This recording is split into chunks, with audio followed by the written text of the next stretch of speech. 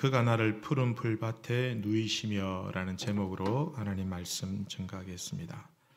어떤 남자분이 몸이 너무 안 좋은 거예요. 그래서 병원을 찾아갔는데 이런저런 검사를 하고 이제 드디어 의사 선생님과 마주 앉아서 이제 진료를 받게 되었습니다.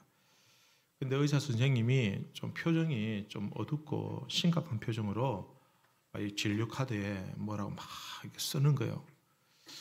병원에서 진료 받으신 분들은 알겠지만 그게 굉장히 궁금하죠.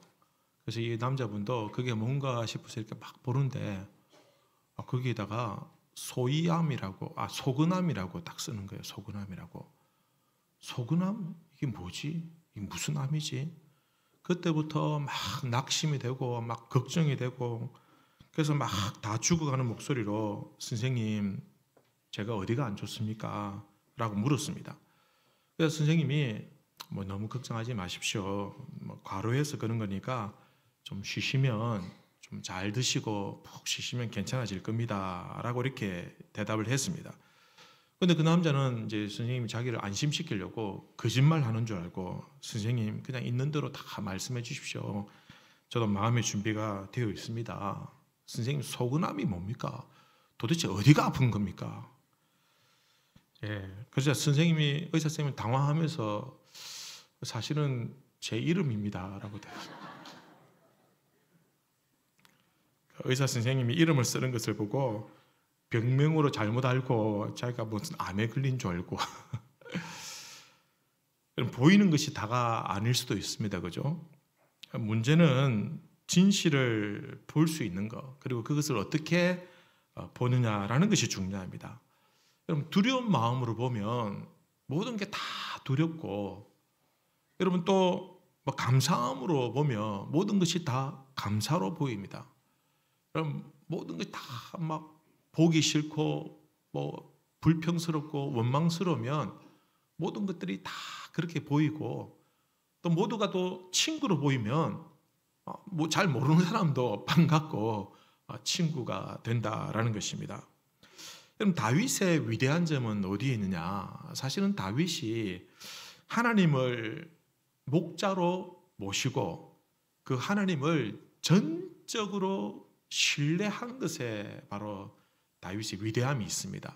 다윗이 능숙한 탁월한 솜씨로 한 방에 그냥 골리앗을 눕힌 것이 그게 위대한 것이 아니라 어떤 상황 속에서도 하나님은 나의 목자가 되시고 나를 바른 곳으로 좋은 곳으로 선한 곳으로 푸른 풀밭으로 인도해 주실 것이다 라는 무한 신뢰가 다윗에게 있었습니다. 그것이 바로 이 다윗의 위대한 점이다 라는 것입니다.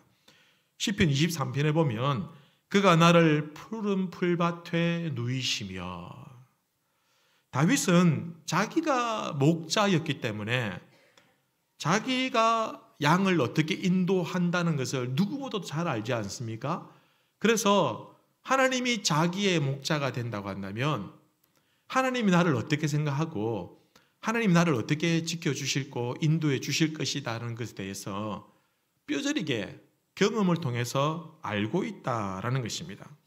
그래서 하나님이 가는 곳은 다 푸른 초장이다, 푸른 풀밭이다 라는 그런 신뢰를 가지고 있었다라는 것입니다.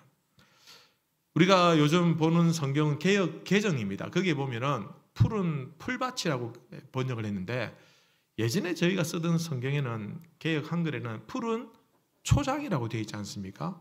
초장이라고 하니까 또 무슨 초장이 무슨 푸른색이냐 와사비 생각하시면 안 되겠습니까? 와사비 보면 파란색이니까 초록색이니까 거기는 푸른 초장하니까 오히려 푸른 초장의 좀 어감상 더 편리하고 더 와닿습니다. 그래서 제가 오늘 푸른 초장으로 이렇게 말씀을 드리도록 하겠습니다.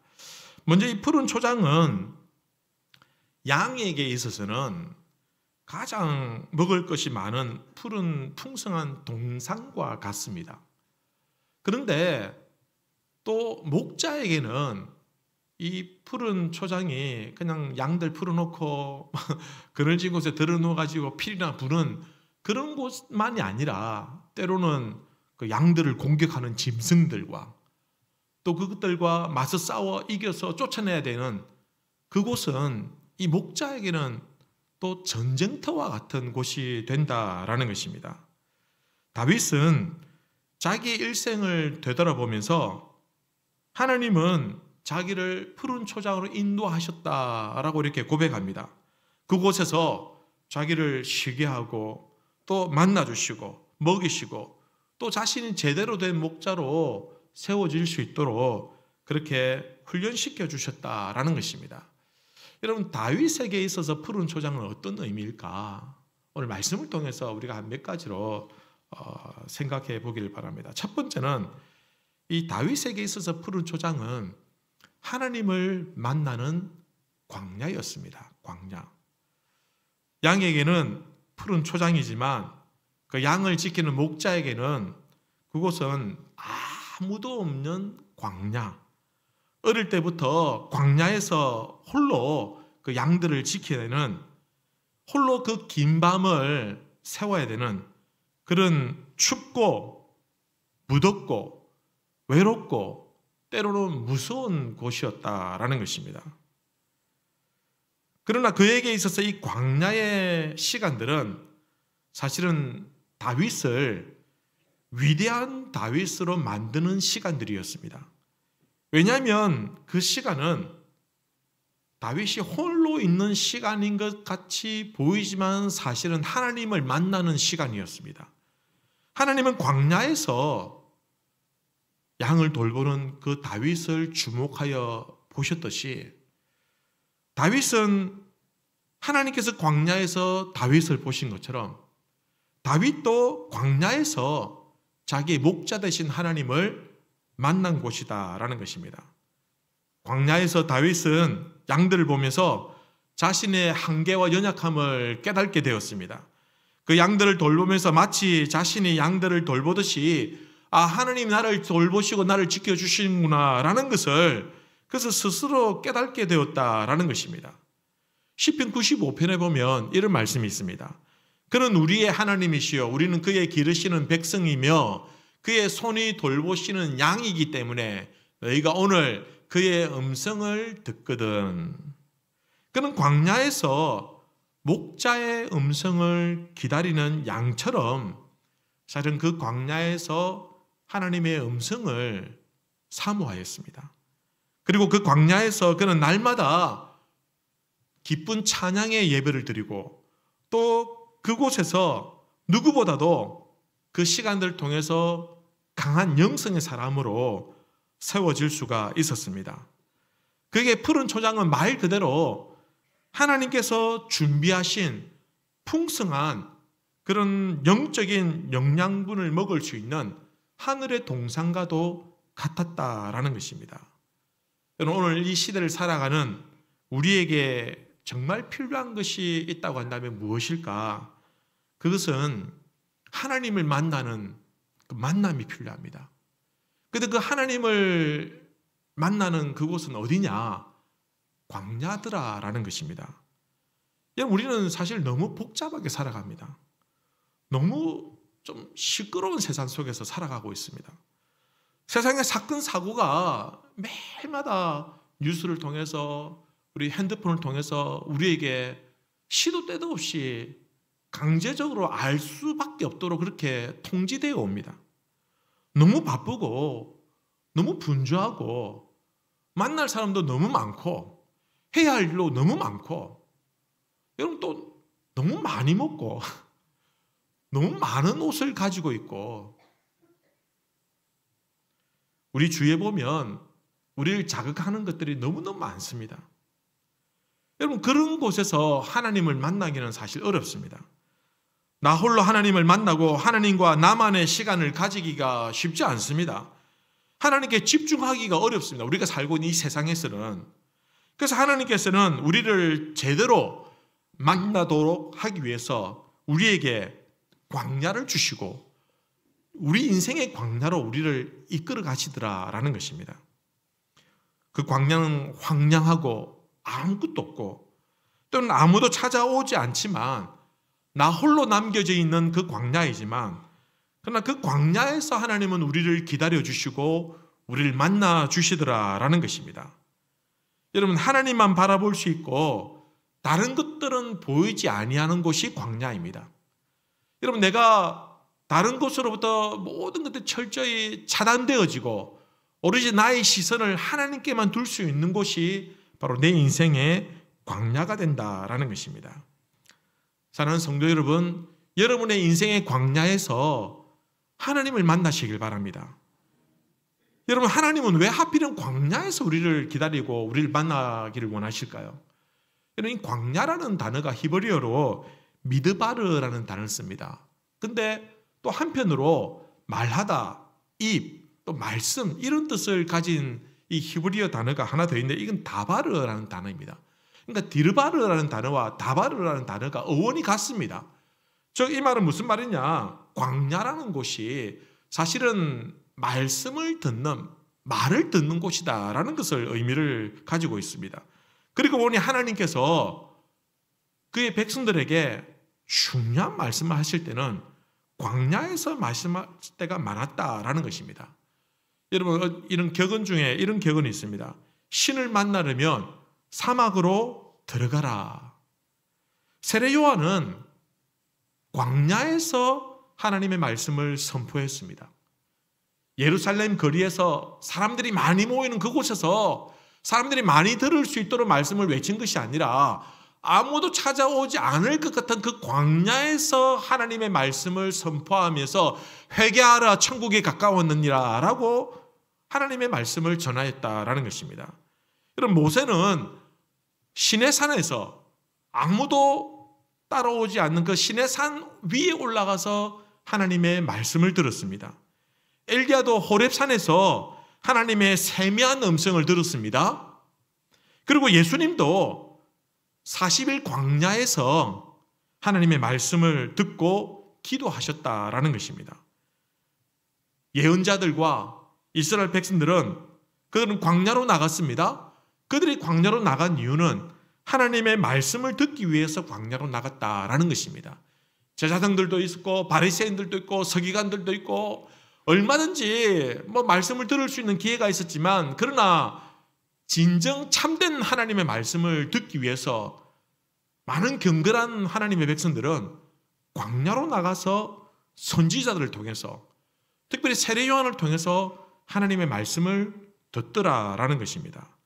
여러분, 오늘 우리를 둘러싸고 있는 이 껍데기들은 너무너무 화려하고 규모는 커지지만 그러나 우리의 영혼은 점점 시들어가고 있습니다. 찬양을 하지만 영성이 없습니다. 예배를 드리지만 깊이가 없습니다. 기도를 하지만 집중하지를 못하고 있습니다. 너무 바쁘고 너무 분주하고 너무 해야 할 일이 많기 때문에 정말 중요한 하나님을 만날 수 있는 그 광야가 우리에게 사라지고 있더라라는 것입니다. 그러다가 어쩔 수 없이 하나님께서는 우리를 만나기 위해서 우리 인생의 광야로 우리를 내몰아 가시더라라는 것입니다. 사람들이 떠나가고 가진 것들이 사라지고 물질과 건강의 바닥이 찾아오고, 그때 오히려 하나님께서는 우리를 만나기 위해서 광야에서 기다리시고, 그렇게 모든 것을 다 잃어버리고 광야로 나갈 때 우리가 진짜 하나님을 만나게 되고 그 하나님을 통해서 우리 인생이 새롭게 시작되더라라는 것입니다. 사는 성도 여러분, 우리에게는 홀로 남은 그 광야에서 하나님을 만날 수 있어야 됩니다. 여러분, 하나님의 말씀을 들을 수 있는 광야가 있어야 됩니다. 거기서 하늘의 양식을 먹어야 됩니다. 하나님을 만나지 못할 만큼 여러분 바쁜 우리의 분주한 삶이 있다고 한다면 여러분 한 번쯤은 정리하고 끊어내고 모든 것을 내려놓고 하나님을 만날 수 있는 여러분의 인생의 광야로 들어가시길 바랍니다. 기도할 시간이 없을 만큼 여러분 피곤하게 사지 마십시오. 여러분 하나님을 단 하루에 1시간도 교제할 수 없을 만큼, 아니 단 10분이라도 하나님을 만나지 못할 만큼 그렇게 바쁘고 분주한 삶이 있다고 한다면 그건 분명히 잘못 살고 있는 것이다 라는 것입니다. 여러분, 오늘도 여러분이 광야로 들어가시길 바랍니다. 그 광야에서 하나님을 만나시고 그 하나님을 만남으로 여러분의 광야가 푸른 초장이 되시기를 우리 주님의 이름으로 기원합니다. 여러분, 광야를 지나간다는 말은 어떤 의미일까? 여러분, 흔히 우리 인생의 성공을 표현할 때 산에 올라간다, 정상에 오른다 이런 표현으로 사용합니다. 그럼 우리 인생은 산에 오르는 것보다는 사실은 광야를 지나는 것과 너무 비슷합니다. 왜냐하면 광야는 불확실성이 있기 때문입니다. 산은 정상이 보이고 선명하고 그리고 변하지 않습니다. 그러나 광야는 하룻밤 사이에 그 바람이 불면 모래 언덕이 사라지기도 하더라라는 것입니다. 여러분, 결혼하는 것은 산에 오르는 것과 같지만 그냥 결혼 생활은 광야를 지나는 것과 같습니다. 여러분, 아이를 낳는 것은 산에 오르는 것 같지만 그러나 그 아이를 양육하는 것은 광야를 지나는 것과 같다라는 것입니다. 좋은 직장에 들어가는 것 산에 오르는 것 같지만 그러나 좋은 직장 생활을 하는 것은 광야를 지나가는 것과 같다라는 것입니다. 그래서 광야를 통과하는 방법은 어떤 방법이 있느냐? 그냥 더 깊은 곳으로 나아가야 됩니다. 광야는 끝까지 가야 지나갈 수가 있습니다. 돌아오면 오히려 길을 잃어버릴 수가 있다라는 것입니다. 그래서 광야를 통과하기 위해서 반드시 필요한 것이 있는데 그것이 무엇이냐면 바로 여러분, 순례자들이 사막을 횡단할 때 광야를 지나갈 때 필수적으로 물을 꼭 가져갑니다. 여러분, 그 오아시스가 우리 인생의 광야에서 반드시 필요하다라는 것입니다. 오아시스는 영원히 목마르지 아니하는 우리 예수님을 상징합니다. 예수님이야말로 우리 영혼의 갈증을 풀어주고 우리에게 영원히 목마르지 아니하는 생수가 되어주십니다. 그리고 또 다른 오아시스가 하나 더 있는데 그것은 바로 우리의 교회입니다.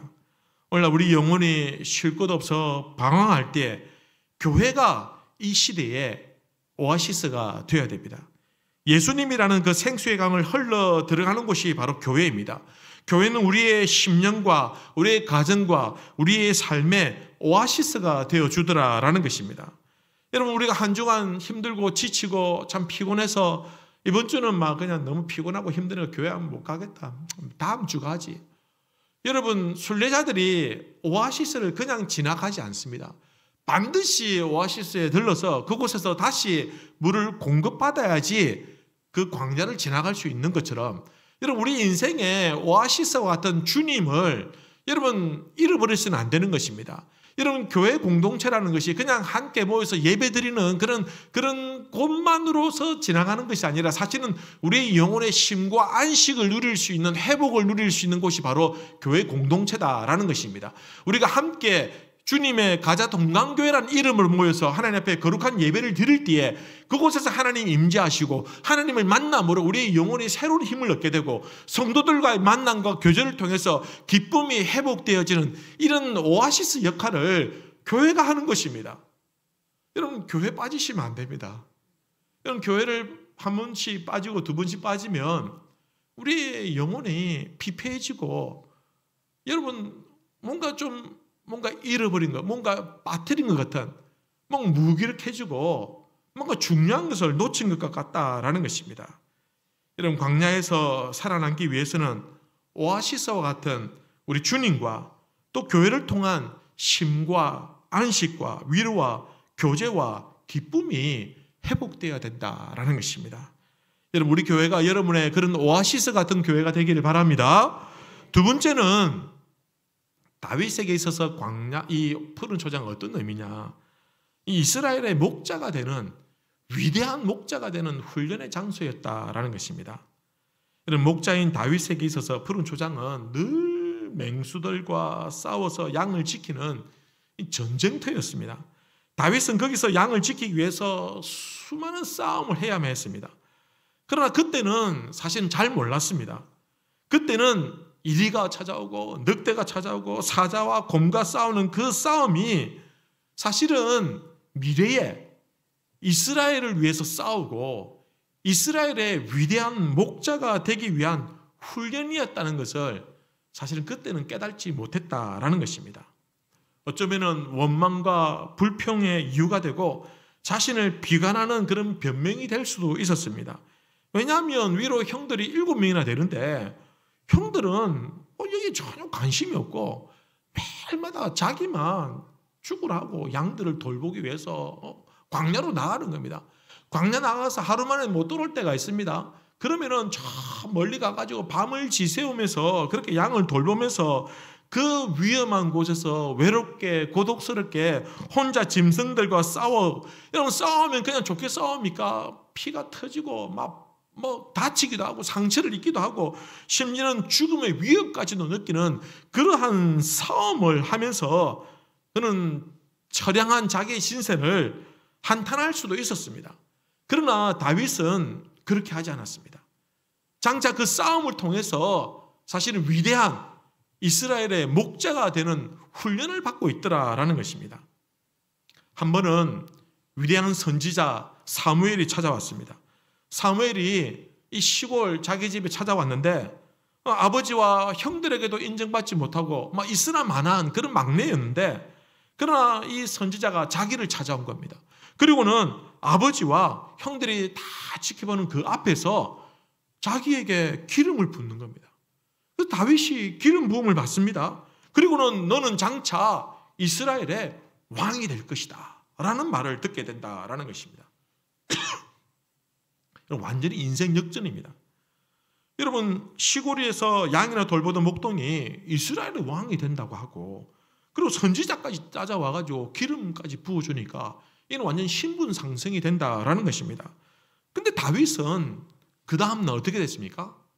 다시 양을 치러 광야로 나갔습니다.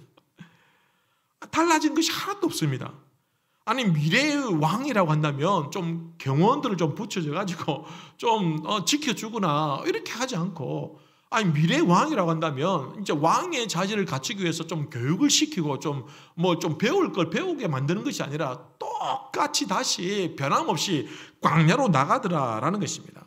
그리고 또 짐승들과 싸우는 겁니다. 하루는 늑대가 찾아오고, 하루는 곰이 찾아오고, 하루는 사자가 찾아오고. 여러분, 그때는 몰랐습니다. 왜 이 싸움을 해야 되는가? 내가 왜 양들 지키려고 내 목숨을 바쳐야 되나?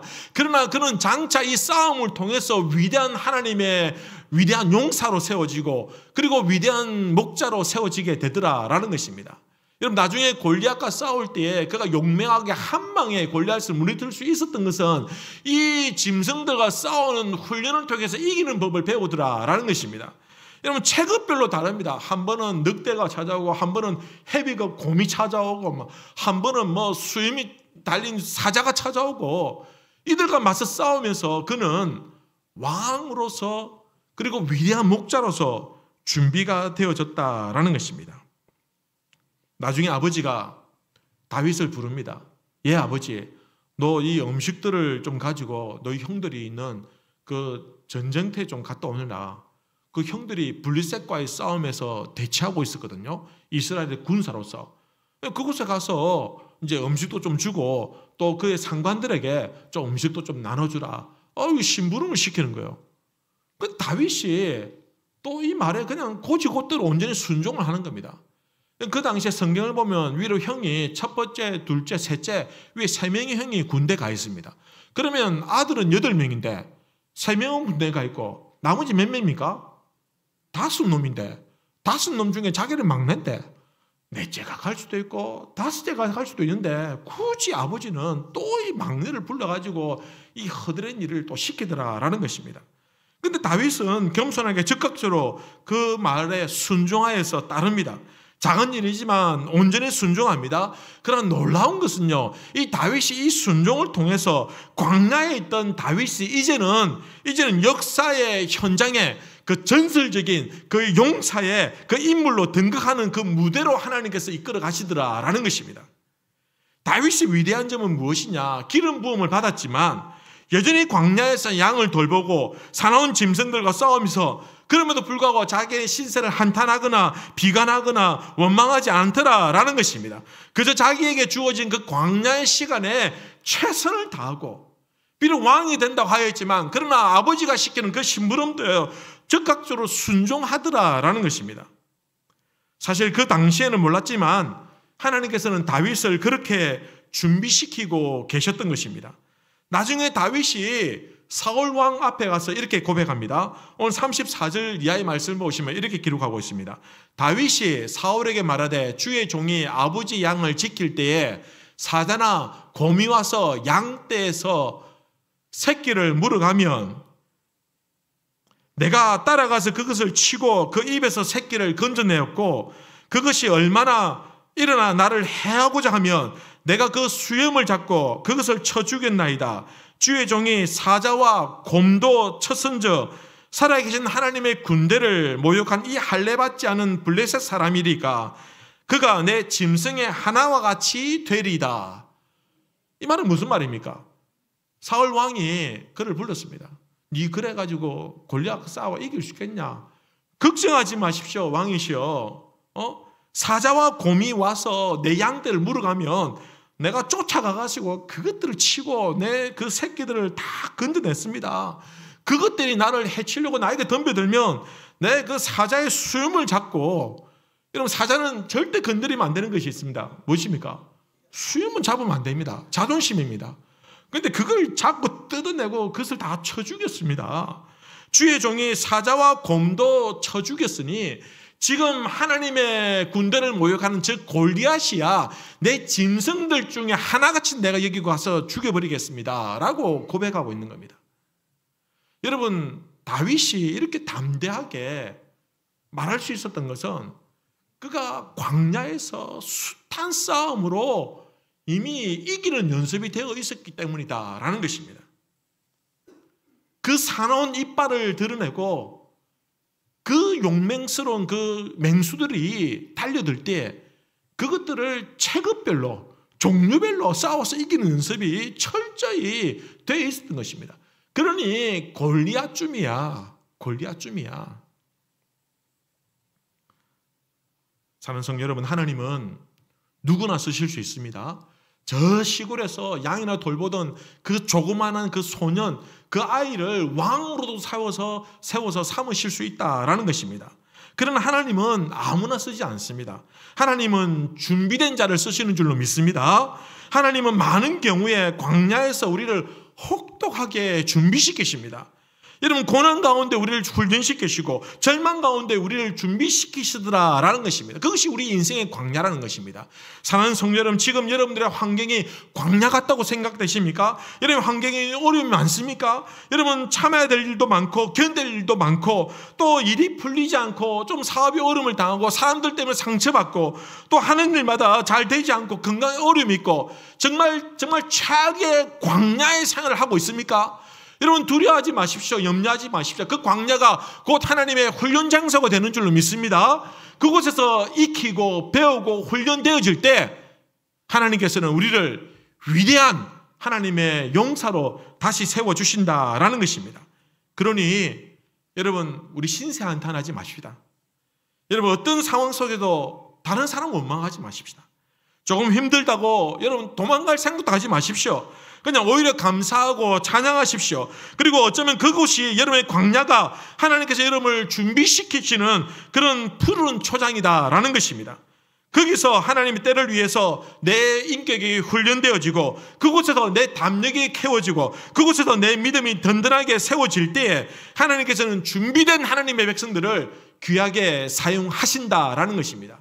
여러분 우리 인생이 그저 평범한 인생이 아니라 제대로 한번 하나님께 쓰임받는 인생이 되기를 소원한다고 한다면 여러분 광야를 즐기시길 바랍니다. 광야에 들어가는 것을 주저하지 마시기 바랍니다. 지금 내가 광야를 걷고 있으면 하나님 나를 훈련시키시는구나. 나를 단련시키시는구나. 나를 더 위대한 곳에 사용하기 위해서 하나님께 나를 지금 혹독하게 훈련시키고 있구나. 그러면 그 광야를 견딜 수 있다라는 것입니다. 성도 여러분 힘내시길 바랍니다. 나만 어렵지 않습니다. 나만 어려운 것 같고 나만 힘든 것 같고 나만 재수가 없는 것 같고 나만 안 풀리는 것 같고 나만 넘어진 것 같고 여러분 다 힘듭니다. 다 힘들고 다 광야입니다. 김광야, 박광야, 이광야, 조광야 우리가 다 광야를 가지고 있더라라는 것입니다. 여러분 그 광야로 끝나지 않을 줄로 믿습니다. 내가 그 광야에서 오롯이 순종하며 나아갈 때 원망하지 않고 불평하지 않고 그저 나에게 주어진 시간에 최선을 다할 때 나는 왕으로 쓰임받을 사람인데 나는 귀하게 쓰임받을 것인데 내가 이곳에서 뭐하냐라고 불평하지 아니하고 그 다음날 다시 광야라고 해서 양을 칠 때에 하나님께서는 우리를 위대한 하나님의 사람으로 세워주시고 하나님의 위대한 사역에 우리를 그곳에서 사용하신다라는 것입니다. 마지막 세 번째는 이 푸른 초장은 다윗의 어떤 의미냐? 그것은 위대한 목자로 세워지시는 영광스러운 장소였습니다. 다윗에게 푸른 초장은 하나님께서 만나주시고 이끄시고 세워주시고 훈련시키는 곳이었습니다. 다윗이 이스라엘의 위대한 목자로 역사에 등장하는 그 영광스러운 장소가 바로 이 푸른 초장이었습니다. 드디어 이제 다윗은 역사의 전면에 나서게 됩니다. 그동안 시골에서 양이나 돌보았지만 여태 아무도 그에게 관심 가져주지 않았지만 아버지도 형들도 그를 무시했지만 그러나 이제 드디어 그 광야에서 갈고 닦았던 그 실력을 유감없이 발휘할 수 있는 그 절호의 기회를 거머쥐게 되었다라는 것입니다. 오늘 말씀은 그 역사적인 전투 장면이 오늘 본문에 기록되고 있습니다. 그곳에서 골리앗이라는 그 블레셋의 용병한 장수를 만납니다. 여러분 골리앗은 성경 말씀 보면 그가 6규빗하고도 한 뼘이라고 했습니다. 여러분 한 규빗이 45cm라고 한다면 6규빗 되면은 거기다 한 뼘 더하면 280이 넘습니다. 280이. 아무도 안 놀라시네. 180도 안 되면서.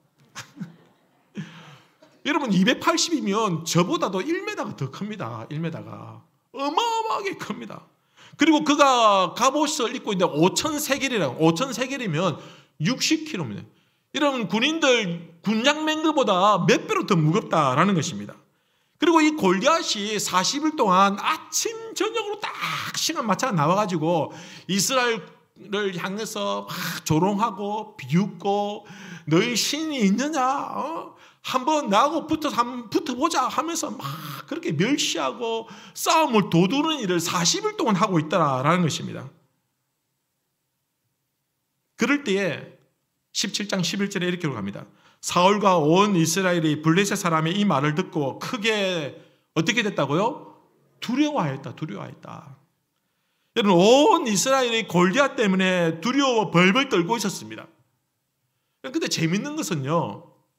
40일 동안 전쟁이 일어났습니까? 안 일어났습니까? 안 일어났습니다. 왜 그럴까요? 아니 블레셋이 우리식으로 하면요. 꼭 고구려 민족과 같아요. 아주 호전적이고 싸움에 능한 족속이거든요. 거기다가 골리앗이 있는데 나가서 싸움이 한 하루 이틀 정도 막 했다가 공격하면 뭐 이스라엘 이길 수 있을 것 같은데 다 도망갈 것 같은데 근데 희한하게 40일 동안 싸움을 안 해요.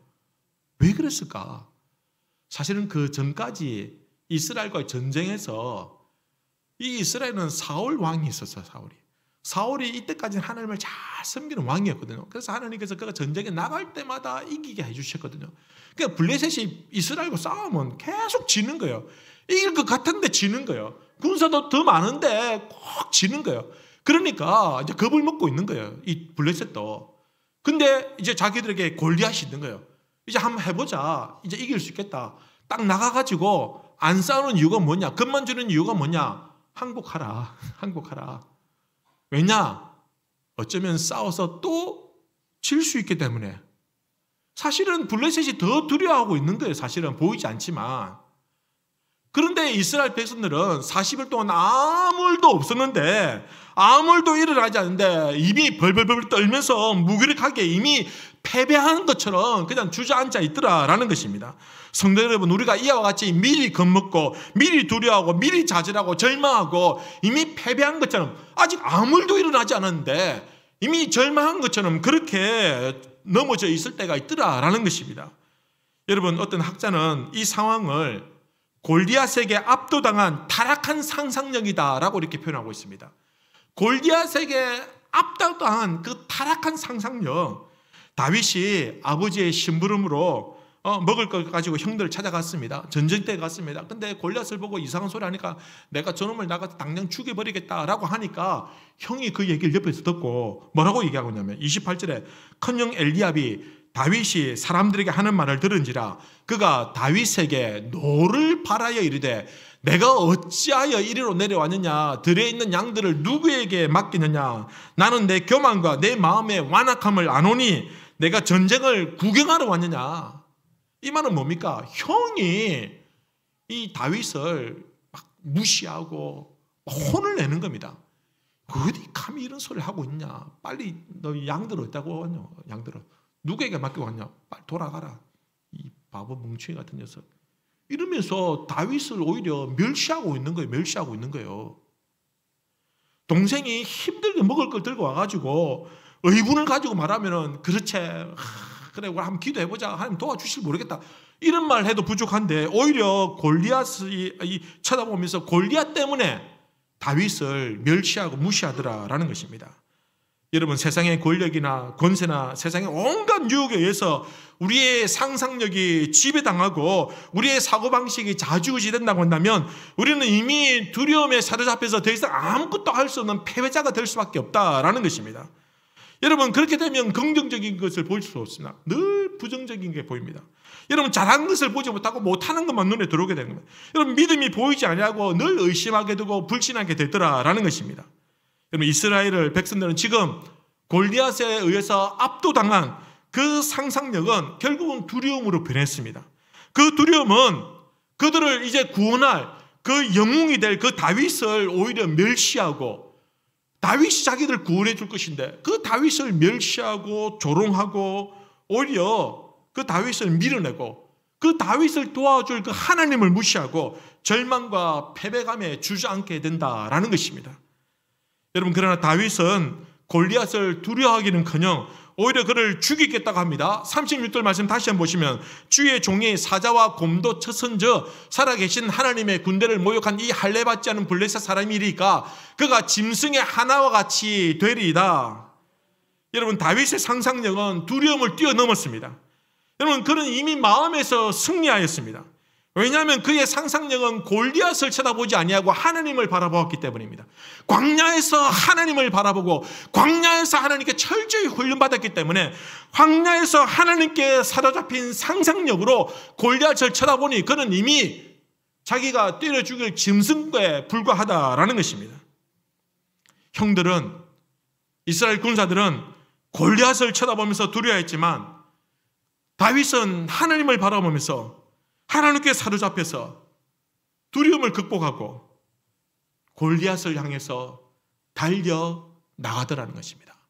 여러분 48절 말씀 보시면 이렇게 표현합니다.